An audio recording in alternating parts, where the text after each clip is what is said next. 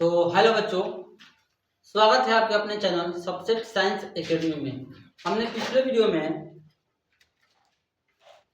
यानी कि हम क्या पढ़ रहे हैं, त्रिकोणमिति चैप्टर क्लास 10 का एक्सरसाइज 8.1, जिसमें हमने पार्ट 1 में इसका इंट्रोडक्शन बताया था कि त्रिकोणमिति क्या होती है, त्रिकोणमिति किसे कहते हैं, त्रिकोणमिति किस त्रिभुज में पढ़ते हैं, त्रिकोणमिति अनुपात कितने होते हैं, उन सबका नाम फॉर्मूला के साथ समझे थे। पार्ट 2 में हमने एक्सरसाइज के क्वेश्चन 8.1 क्वेश्चन नंबर 1 और क्वेश्चन नंबर 2 को कवर किए थे, और पार्ट 3 में क्वेश्चन नंबर 3, 4 और 5 को हमने बना लिया था। तो आज की यह वीडियो पार्ट जो है 4 होने वाला है। पार्ट 4 में हम पढ़ेंगे क्वेश्चन नंबर 6, 7 और 8 को। तो जो भी बच्चे इस चैनल पर नए हैं और हमें देख रहे हैं तो इस चैनल को कृपया सब्सक्राइब कीजिए और अपने दोस्तों के साथ शेयर कीजिए। देखिए आज जो है हमसे ज़्यादा थोड़ा सा कस के नहीं बोला पाएगा, क्योंकि मेरा जो है थोड़ा सा यहाँ पे घाव हो गया है। ठीक है, चलिए आज का यह वीडियो अपना शुरू करते हैं। दिया है यदि एंगल ए और एंगल बी न्यून कोण हो जहां cos ए बराबर cos बी, तो दिखाइए कि एंगल ए बराबर एंगल बी होता है। सबसे पहले लिखेंगे दिया है, सबसे पहले क्या लिखेंगे, दिया है एंगल ए और एंगल बी,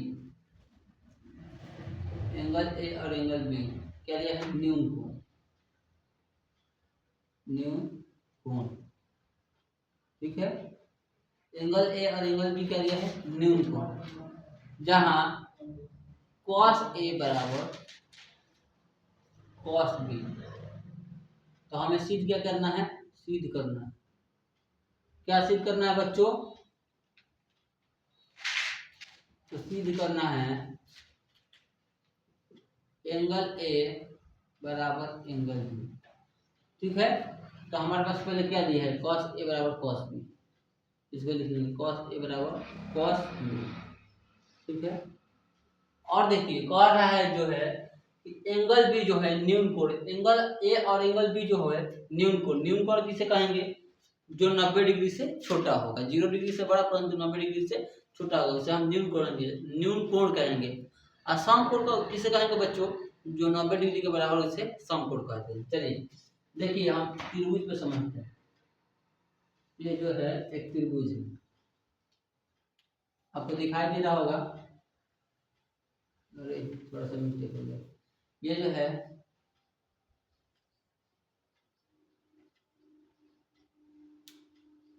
थोड़ा सा टेढ़ा हो गया, चलिए कोई बात नहीं।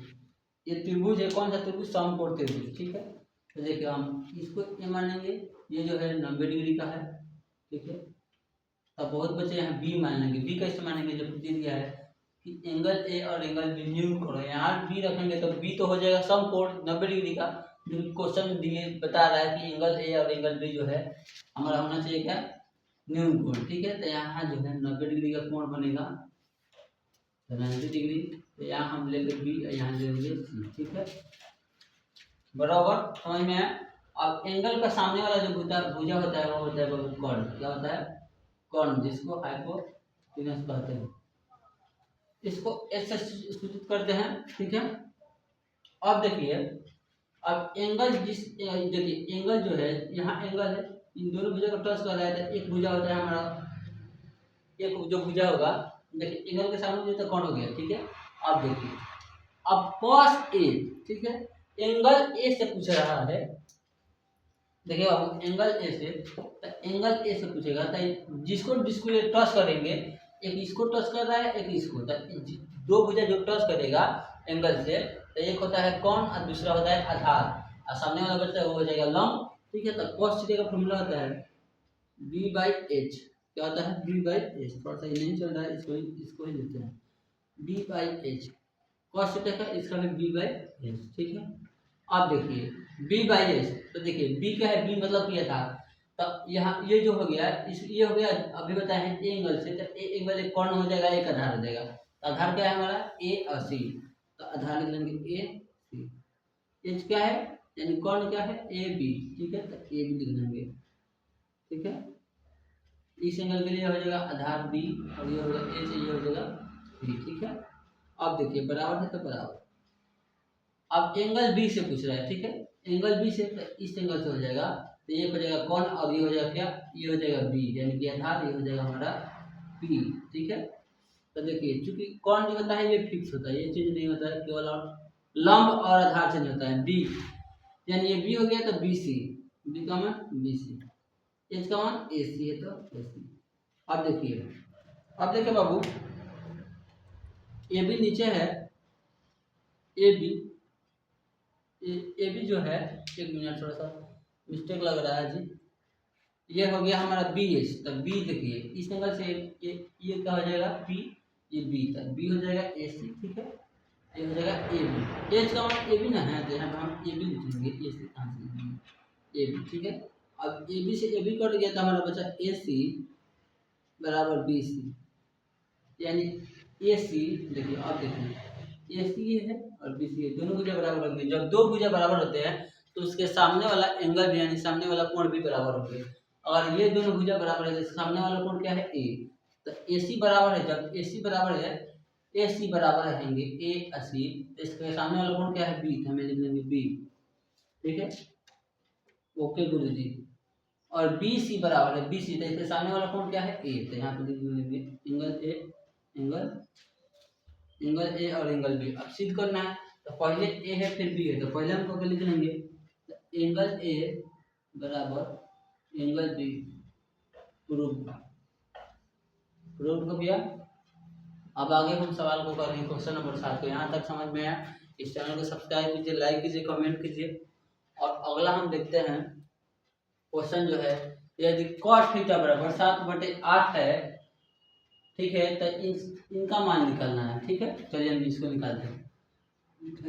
इसको हम डायरेक्ट मेथड से निकालेंगे, आप चाहिएगा तो इसको ये पी या बी का मान दिया है, इसका मान निकाल के भी निकाल सकते हैं, लेकिन हम इसको डायरेक्ट करके निकालेंगे। cos थीटा बराबर दिया है, लिखेंगे पहले दिया है, लिखेंगे हल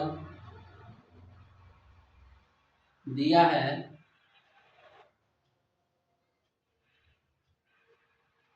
cot थीटा 7/8, ठीक है। 7/8 दिया है, तो ये देखिए कॉट जो tan का उल्टा होता है तो p by B B by P हो जाएगा। अब देखिए इसको हम निकालते हैं, क्वेश्चन 1 की 1 प्लस साइन थीटा, ठीक है, इंटू 1 माइनस के साइन थीटा, उसके बाद बटा में दिया है 1 प्लस कॉस थीटा और 1 माइनस के कॉस थीटा, ठीक है।